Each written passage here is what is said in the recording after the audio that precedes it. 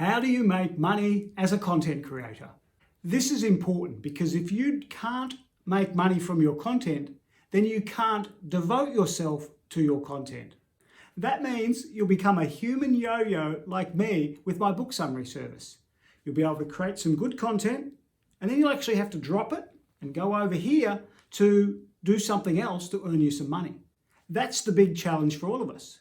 Doing things we love versus doing things that earn us money. In this video, I'll focus on the one thing you must do to shift from free content to paid content, to go from free to fee. And I'll share my personal example of what I'm working on right now in turning my videos and blog content into income-earning ebooks and books. I mentioned the crucial concept to go from free to fee in the previous video. Plus, I spoke about it in more detail in an earlier video on service offerings. That concept is strategic flow.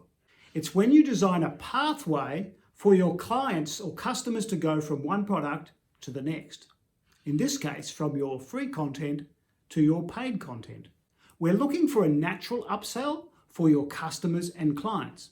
It's like when you go to McDonald's and you walk in wanting a burger and walk out buying a meal. That's a natural upsell. A great way to visualize this is to use a relationship curve. It's a graph that has dollars on the vertical axis and relationship on the horizontal axis.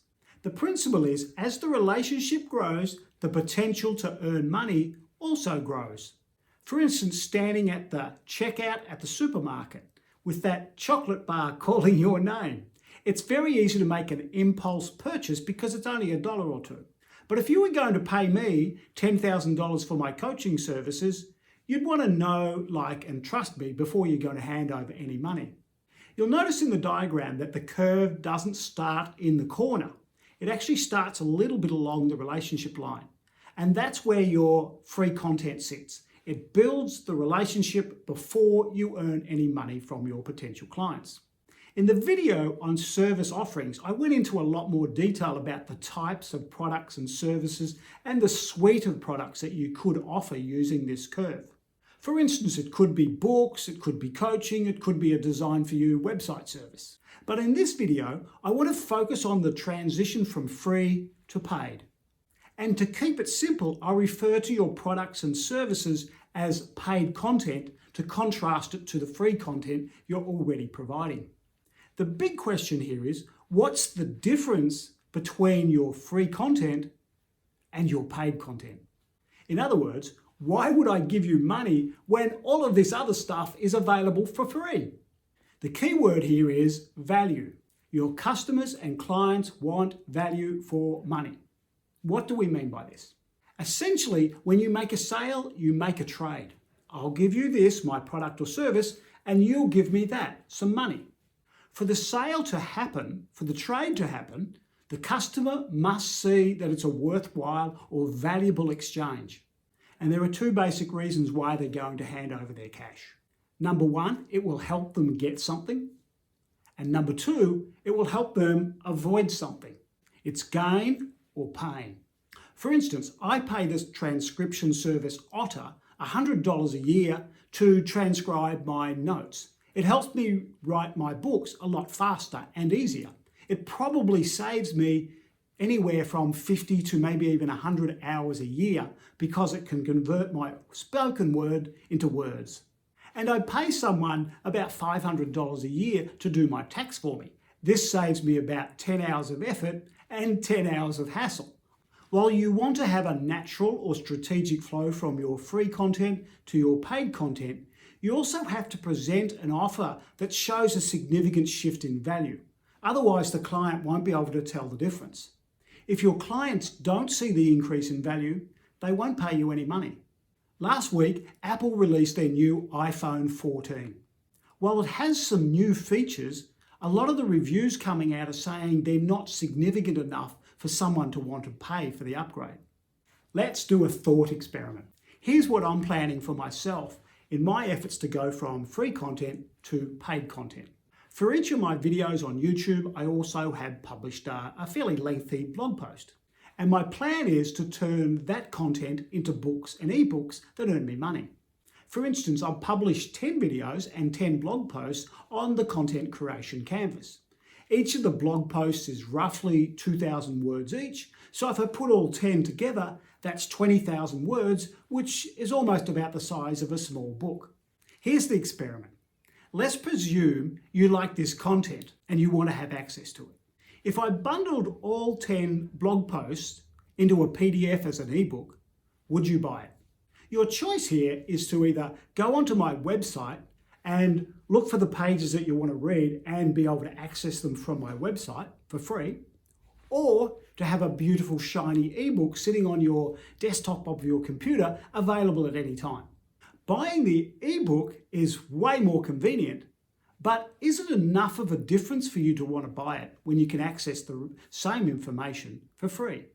And if you did buy it, you probably wouldn't pay a lot for it. But what if the blog posts were general principles, and in the ebook, I gave you a specific step-by-step action guide of how to implement the content creation canvas? That would be different, wouldn't it? And that would be potentially worth a lot more value. That might tip the scales from free to paid. It's enough of a shift in value for you to perceive that it might be worth paying for compared to the free content. And this is how you need to think about your paid offers. To create your paid offers, you need to compare and contrast this to your free content.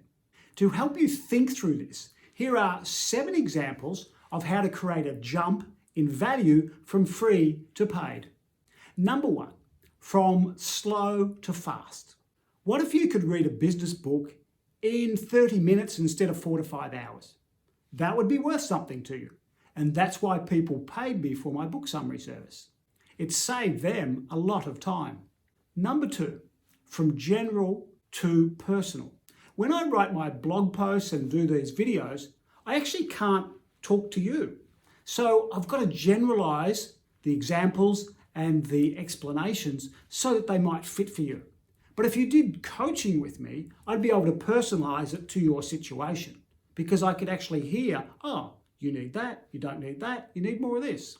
And for most of my clients who want to be thought leaders, who give presentations and so forth, being personal is crucial to their success.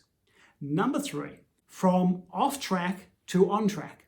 Your blog may offer lots of good advice on how to eat healthy, but how would you know if you were eating healthy today? I use the Daily Dozen app from the Nutrition Facts website. This allows me to track what I actually eat so I know if I'm being healthy or not. Number 4, from tips to steps. If your blogs and your videos are filled with great tips, you might put them together as a process or a system or a series of steps that people can follow to produce a great result. Number 5, from single to system. If you were going to buy a camera, it's relatively easy to go onto websites and see comparisons of this camera with this one and make your choice.